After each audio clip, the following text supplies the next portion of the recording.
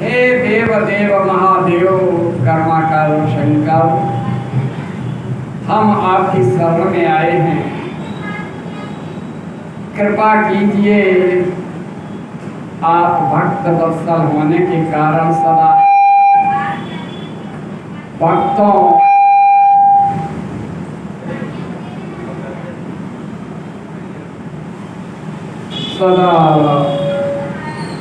के हित में लगे रहते हैं और उन्होंने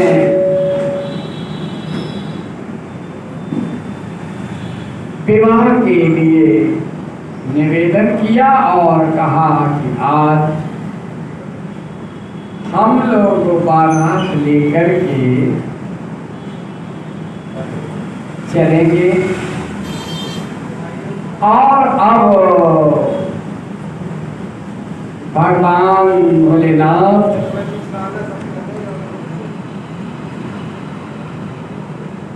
का विवाह संपन्न हो और इसके लिए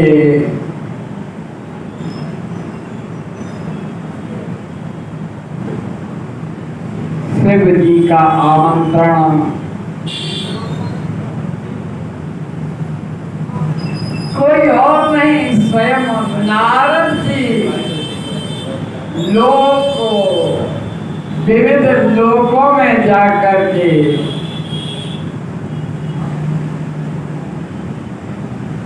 पहुंचाने लगे। आज विवाह की तैयारी होनी है।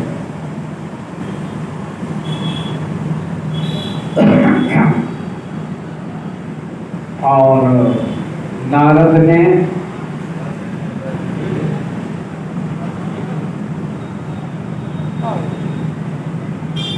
सभी ऋषियों को,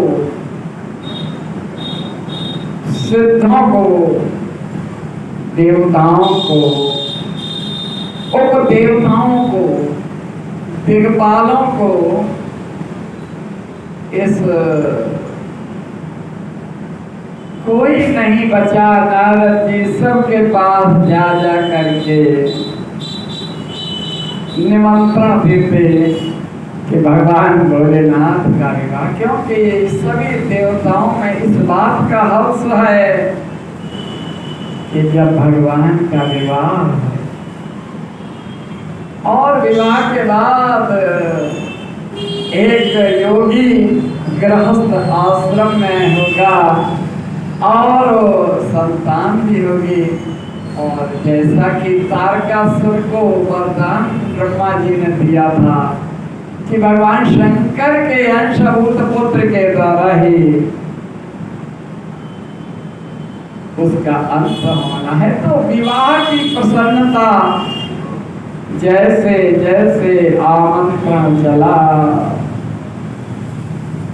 और सब अपनी अपनी तैयारी करके बारात के लिए सब सज बज करके अपने अपने वाहन से आने लगे। और सभी जो है कहाँ कैलाश पर्वत पर एकत्र हुए। भगवान विष्णु ने लोकचार परायण भगवान शंभु से विधिवत नवग्रह पूजन जो भी विधान था ऋग्वेद यजुर्वेद और सामवेद के विधान से बताया और स्वयं ब्रह्मा जी ने वह सब उपक्रम पूरा कराया। और कैलाश पर्वत से अब बारात तैयार हो रही है।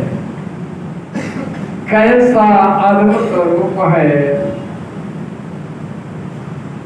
शंभु के गण नंदी और जितने भी प्रमथ गण भूत पिशाच अपने अपने स्वरूप में भस्म लेपन करके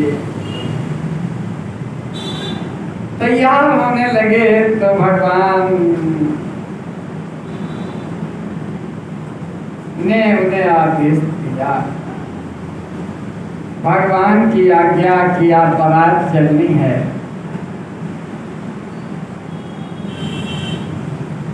गणेश्वर,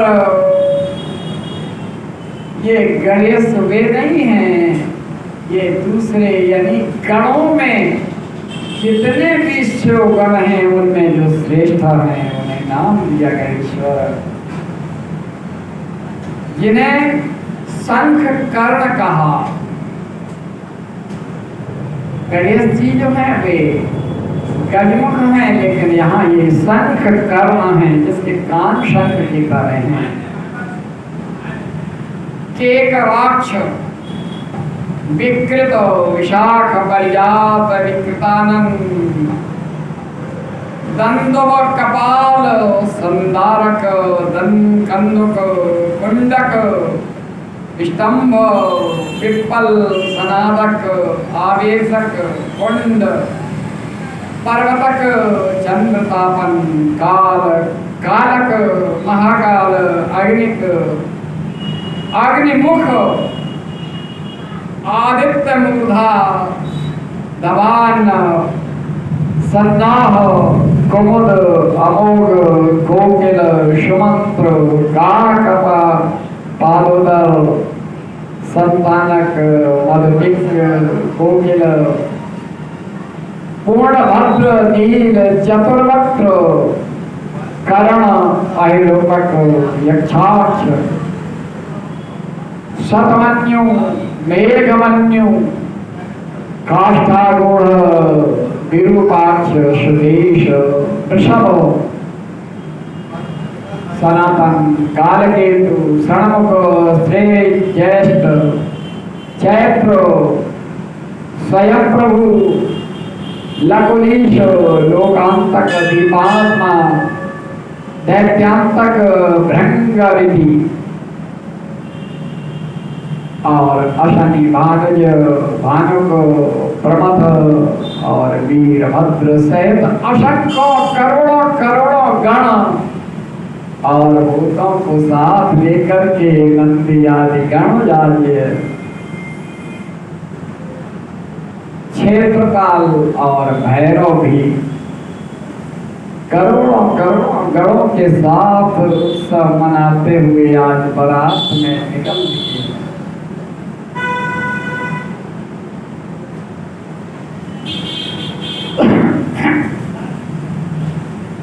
जितने गण हैं सबके मस्तक पर चंद्रमा, गले में एक चिन्ह थे। सभी रुद्राक्ष को धारण किए हुए थे और ऐसे गण समूह में और देवता अपने अपने समाज के साथ ये केवल भगवान भोलेनाथ यानी दूल्हा जो है भगवान भोलेनाथ उनके गणों के समूह का वर्णन यहाँ किया गया। और जब ब्रह्मा जी के समाज की बात कही जाए तो कहते हैं कि वहाँ मूर्त रूप में चारों वेद चल रहे हैं, ऋग्वेद, सामवेद, यजुर्वेद, अथर्ववेद, चारों वेद स्वरूप में हैं। वेद पुरुष रूप में हैं और छहों शास्त्र मूर्त रूप में हैं। 18 पुराण आगम और शनिकादिक सदा सिद्ध जो भी उनके मानस पुत्र ऋषि और प्रजापति हैं, सभी एक विविध स्वरूपों में, दिव्य रूप में तैयार हुए। भगवान विष्णु, भगवान विष्णु भी अपने अद्भुत चतुर्भुज रूप में और उनके अपने समाज के लोग हैं। देवराज इंद्र नाना प्रकार के आभूषणों से विभूषित होकर के, ऐरावत पर आरूढ़ होकर के सेना के बीच में चल रहे हैं। एक अद्भुत बारात है, जहां जिस समाज पर दृष्टि आती है अद्भुत ही अद्भुत है। रुद्र का समाज बताया, गणप का समाज है, यानी त्रिदेव के समाज के अलावा फिर देवराज इंद्र और इंद्र लोक के जो भी पार्षद और वे सब हैं, सब पूरे हैं। और अपने अपने स्वर में जो गण और भूत पिशाच हैं, वे हाँ हाँ और हू करके चल रहे हैं।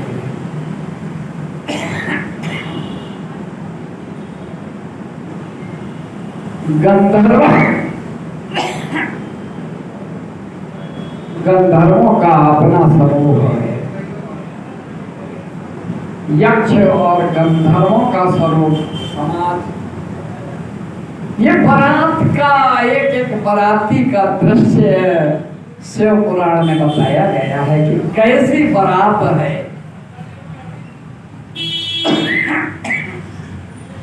गंधर्वों का समूह है, किन्नरों का समूह है, यक्षों का समूह है, जहां जिसका नेतृत्व से कुबेर कर रहे हैं। यानी कुबेर का समाज जो यक्ष, गंधर्व और किन्नरों का है, सब चल रहे हैं। संपूर्ण जगत माताएं हैं, देव कन्याएं हैं, गायत्री, सावित्री, लक्ष्मी, अन्य देवांगनाएं हैं। और इंद्र के समाज में अप्सराएं नृत्य करते हुए चल रही हैं। जहां एक और बारात में गण और पिशाच हा हू कर रहे हैं, वहीं पर एक संगीतमय वातावरण बनाते हुए अप्सराएं नृत्य कर रही हैं।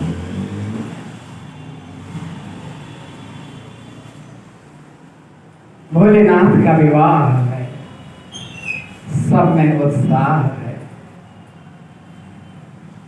और बारात का आगे का वर्णन करें का भजन आदरणीय राधे जी, भोलेनाथ का एक अगर भजन थोड़ी देर के लिए आप संगीत, तो फिर बारात का भी वर्णन बहुत विहंगम वर्णन यहाँ शिव महापुराण में किया गया है।